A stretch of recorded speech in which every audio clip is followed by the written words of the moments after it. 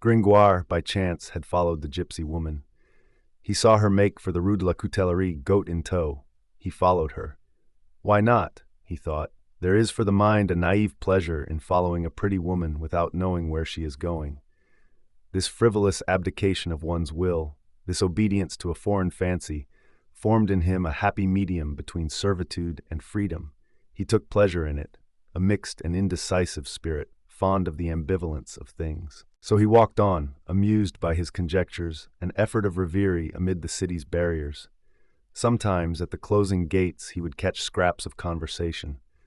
Old men complaining about the cold, women gossiping about a frightened horse that had knocked over an oblate, commonplace images breaking his thoughts like so many little bells. The gypsy woman and Jolly still walked ahead of him. Two graceful figures, two beings blurred together in his gaze, goat and girl equally charming. The streets grew darker, the curfew was in force. He went with them into the maze of the saints' innocence, where the ways crossed without logic and doubled back on themselves like an entwined thread. Gringoire thought himself lost. He would have been unaware of his position if the mass of the pillory in the market halls had not outlined his shadow on a window. The young girl had noticed she was being followed. She turned her head and watched him. A slight pout of disdain had stung him. He slowed, counted the cobbles, when, around the bend, a piercing cry split the night. He rushed up. A tow-wick lantern cast a faint glow.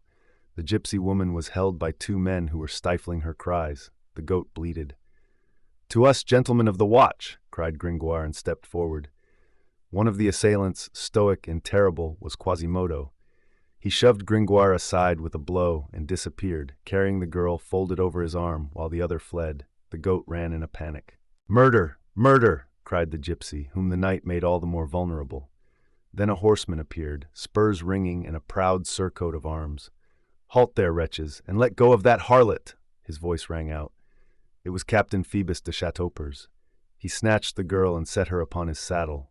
Quasimodo, taken by surprise, was seized by a squad of archers. The hunchback roared and struggled, but was overcome by numbers. The gypsy, graceful, laid her hands on the captain's shoulders and asked, "What is your name, officer?" "Captain Phoebus de Chateaupers, at your service, my beauty," he replied. She thanked him with a word, slipped gently to the ground, and like an arrow darted away.